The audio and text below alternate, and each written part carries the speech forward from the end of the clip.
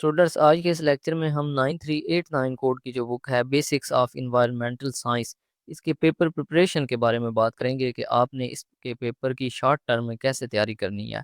इस लेक्चर के अंदर मैं आपको इसके मोस्ट इंपॉर्टेंट क्वेश्चंस जो है ना, गेस्ट क्वेश्चंस, वो मार्क करवाऊंगा जो इंतहाई इंपॉर्टेंट है, आपके पेपर के अंदर आ सकते हैं और पास्ट पेपर्स के अंदर कई दफ़ा आए हुए हैं। इसके अलावा एंड पे मैं आपको इसके पास्ट पेपर्स जो हैं वो भी शेयर करूंगा। तो इसलिए इस लेक्चर को आपने ध्यान से फॉलो करना है। अगर इस लेक्चर को आप अच्छे तरीके से फॉलो कर लेते हैं ना, तो इंशाल्लाह आपका पेपर 100% अटैम्प्ट हो जाएगा। आप शॉर्ट टर्म के अंदर इसकी बेहतरीन तैयारी कर सकते हैं। और अगर आपको इस बुक के तमाम वीडियो लेक्चर चाहिए हो तो आप हमसे व्हाट्सएप पर कॉन्टैक्ट कर सकते हैं। व्हाट्सएप नंबर आपको इस वीडियो के डिस्क्रिप्शन के अंदर मिल जाएगा। ओके जी, पहले इसके गेस्ट क्वेश्चंस जो है ना, मोस्ट इंपॉर्टेंट क्वेश्चंस वो मार्क कर लेते हैं। उसके बाद फिर इसके पेपर पैटर्न और पास्ट पेपर्स को डिस्कस करेंगे। अच्छा, आपको पता है 3 क्रेडिट आवर की बुक है, टोटल 9 यूनिट्स हैं, तो one by one her unit को डिस्कस करते हैं कि उनमें कौन कौन से टॉपिक्स जो हैं वो मोस्टली इंपॉर्टेंट हैं। ओके, सबसे पहले यूनिट नंबर 1 जो है इसको हम डिस्कस करते हैं। यूनिट नंबर 1 है इंट्रोडक्शन टू इन्वायरमेंटल साइंस। तो इसके कंटेंट में मैं आपको मार्क करवाता हूँ। सबसे पहले तो इंट्रोडक्शन है इन्वायरमेंट का और उसके कंपोनेंट्स हैं, नेचुरल इन्वायरमेंट, सोशल इन्वायरमेंट और बिल्ट इन्वायरमेंट। ये सारी जो है ना, ये बड़े इंपॉर्टेंट हैं। ये क्वेश्चन कई दफ़ा आया होता है, introduction to environment and its components. तो इन्वायरमेंट क्या होता है, उसकी कैटेगरीज, उसके कंपोनेंट्स वगैरह, ये बड़ा अहम क्वेश्चन है। इसके अलावा यहाँ पे एक और मोस्ट इंपॉर्टेंट क्वेश्चन है, environmental science as multidisciplinary field. ये भी बड़ा ही इंपॉर्टेंट क्वेश्चन है, कई दफ़ा पास्ट पेपर्स के अंदर आया हुआ है। आप यूँ समझिए कि एक क्वेश्चन तो लाजमी आता है ना इस यूनिट में से, या ये क्वेश्चन आएगा या ये क्वेश्चन आएगा, दोनों में से एक क्वेश्चन मस्ट है इसमें से। अगर आप इसकी सेल्फ असेसमेंट देखते हैं ना, तो define environment in your own words, तो ये भी एक मतलब क्वेश्चन जो भी बनाता है ना, उसमें एक हिस्सा इसका ये डाल लेता है, वो दो तीन क्वेश्चंस को मिला कर ना एक क्वेश्चन बना लेता है इस यूनिट में से, कि इन्वायरमेंट को आप अपने वर्ड्स के अंदर एक्सप्लेन करें और वो क्यों मल्टी डिसिप्लिनरी फील्ड है, साथ वो मिला लेता है। इसके अलावा यहाँ पे एक और नोट बड़ा इंपॉर्टेंट है, पोलूटेंट और कंटामिनेंट के दरमियान डिफरेंस क्या है, इनके दरमियान फ़र्क क्या है, differentiate between pollutant and contaminant. ये भी बहुत इंपॉर्टेंट क्वेश्चन है, कई एक पास्ट पेपर्स के अंदर आया हुआ है। तो इन चीज़ों को आपने अच्छे से फॉलो करना है।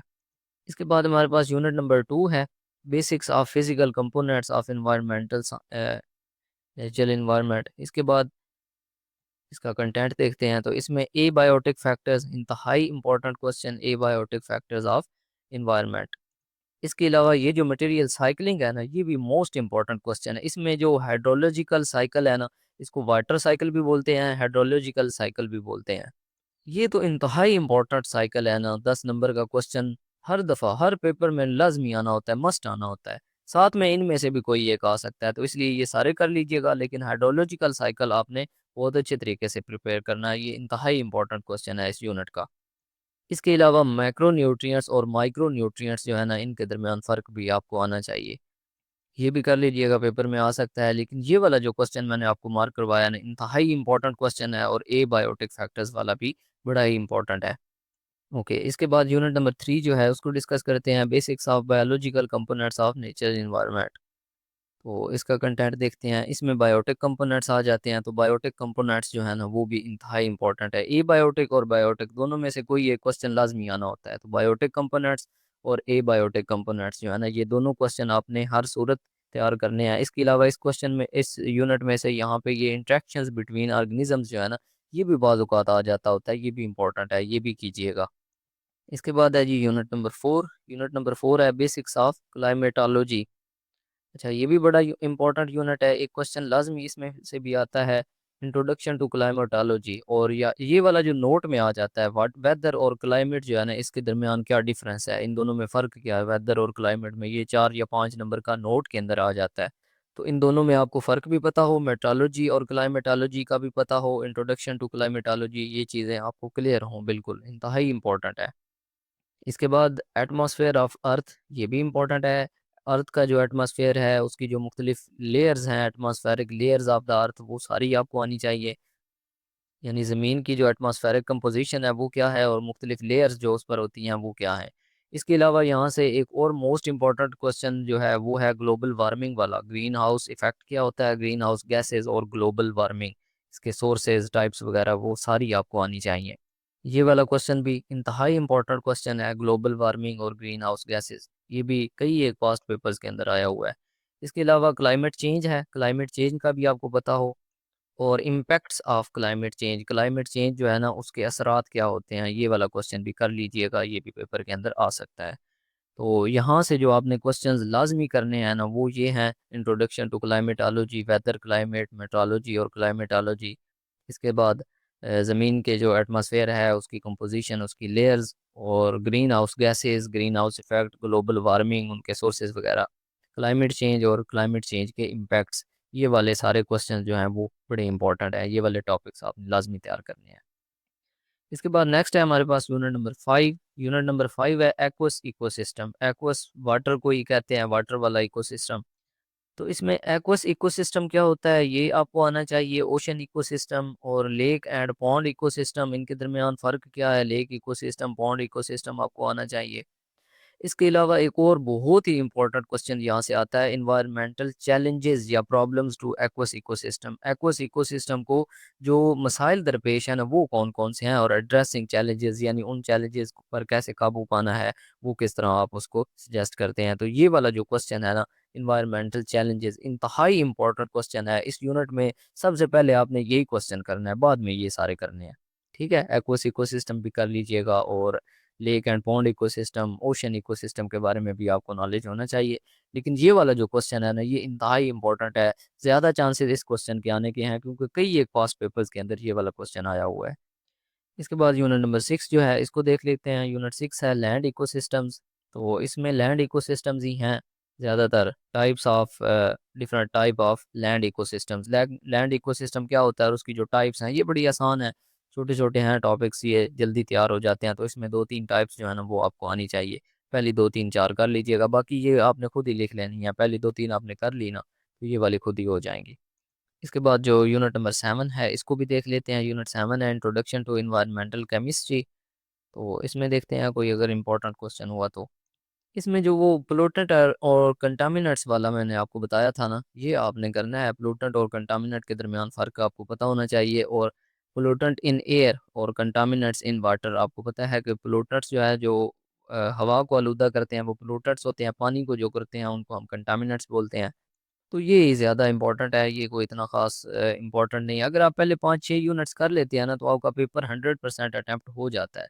लेकिन इसमें से भी कर लीजिएगा क्योंकि कुछ एक्स्ट्रा भी आप, ताकि इन केस पहले 5 में से कोई नहीं आता तो वो फिर आप छठे यूनिट में से कर पाएँ। अच्छा, इसके बाद यूनिट 8 है, इसको भी देख लेते हैं।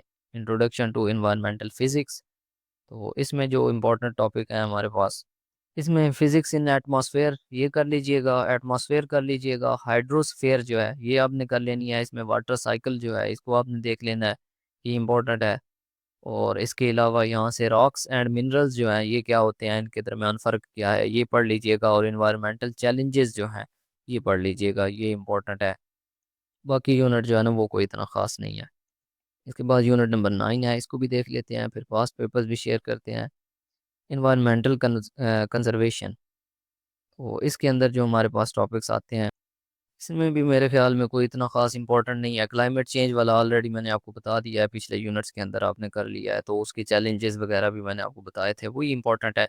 या फिर एक ये वाला क्वेश्चन अक्सर आता है पास्ट पेपर्स के अंदर, इन सीटू कंजर्वेशन प्रैक्टिसेस और एक्स सीटू कंजर्वेशन प्रैक्टिसेस, ये वाला कर लीजिएगा।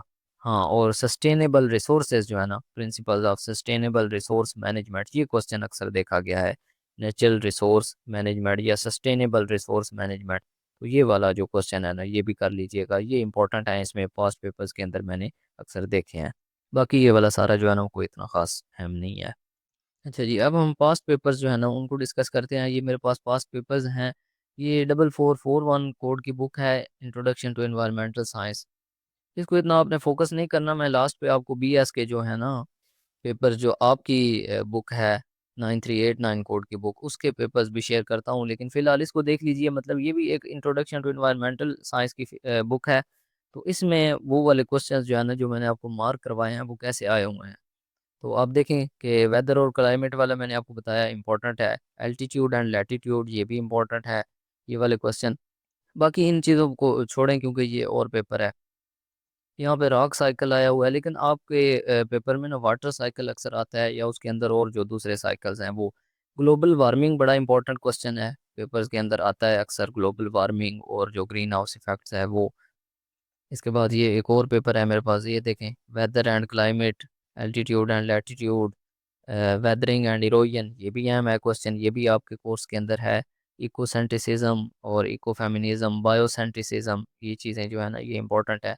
इन्वायरमेंट क्या होता है, उसकी इम्पोर्टेंस क्या है, और वो क्यों एक मल्टी डिसिप्लिनरी है या इंटर डिसिप्लिनरी सब्जेक्ट है, ये वाला क्वेश्चन मैंने आपको बताया था कि ये बहुत ही इंपॉर्टेंट है। इसके बाद जो इकोसिस्टम है, इकोसिस्टम क्या है, उसके फिजिकल और बायोलॉजिकल कंपोनेंट्स कौन कौन से हैं, जो बायोटिक और एबायोटिक कंपोनेंट्स वगैरह आपने पढ़े थे। इसके बाद composition and structure of earth क्या है, अर्थ की जो कंपोजिशन और स्ट्रक्चर है, ये अहम है क्वेश्चन। वाटर साइकिल मैंने आपको बताया है कि ये बड़ा इंपॉर्टेंट क्वेश्चन है, अक्सर आता होता है। ओजोन लेयर, ये भी जो टॉपिक्स मैंने आपको मार्क करवाए हैं उनके अंदर ही आ जाता है, ओजोन ओजोन लेयर भी बड़ा अहम है question.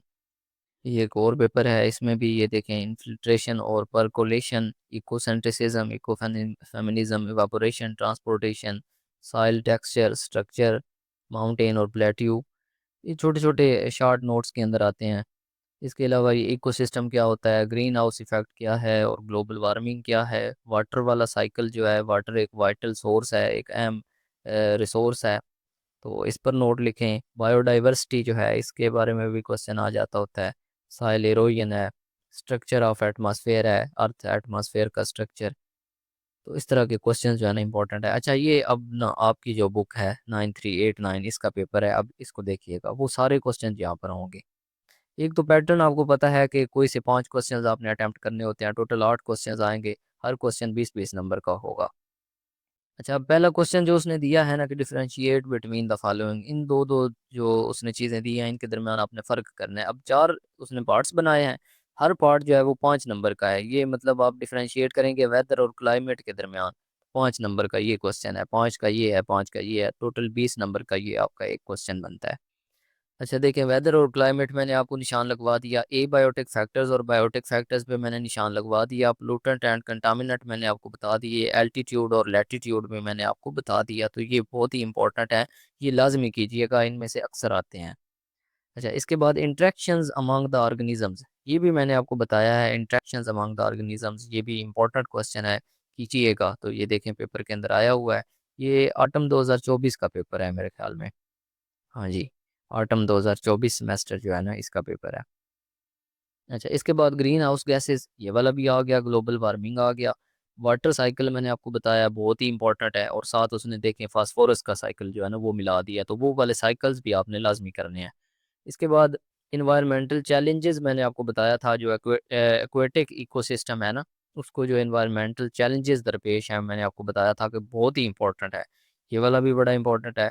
What are the major principles of sustainable resource management, sustainable resource management में भी मैंने आपको बता दिया। वेदरिंग क्या होती है, ये भी क्वेश्चन इंपॉर्टेंट है, इसको भी कीजिएगा। एक्सप्लेन फिजिकल, केमिकल और बायोलॉजिकल वेदरिंग, ये वाला क्वेश्चन भी कर लीजिएगा। और different, explain different water ecosystems, पानी वाले जो इकोसिस्टम्स हैं मुख्तलिफ, ओशन इकोसिस्टम और लेक एंड पॉन्ड इकोसिस्टम, वो भी मैंने आपको बता दिए हैं, वो भी कर लें। तो कुल मिलाकर बात यह है कि पहले 5-6 यूनिट्स अगर आप कर लेते हैं, पहले 5 भी कर लेते हैं, तो पेपर आपका 100% उसमें से अटैम्प्ट हो जाता है। और उन 5 के अलावा जो यहाँ से मैंने आपको इंपॉर्टेंट क्वेश्चंस बता दिए हैं ना, मार्क करवा दिए हैं, एंड वाले जो यूनिट्स हैं वो वाले कर लीजिएगा बस। ओके जी, उम्मीद करता हूँ आपको इस पेपर की तैयारी से मुतल्लिक जितने भी डाउट्स थे ना वो क्लियर हो चुके होंगे। और अगर मज़ीद कोई कन्फ्यूजन हो, या आप इस बुक के या किसी भी और बुक के तमाम वीडियो लेक्चर्स चाहते हों, तो आप हमसे व्हाट्सएप पर रब्ता कर सकते हैं। व्हाट्सएप नंबर आपको इस वीडियो के डिस्क्रिप्शन के अंदर मिल जाएगा।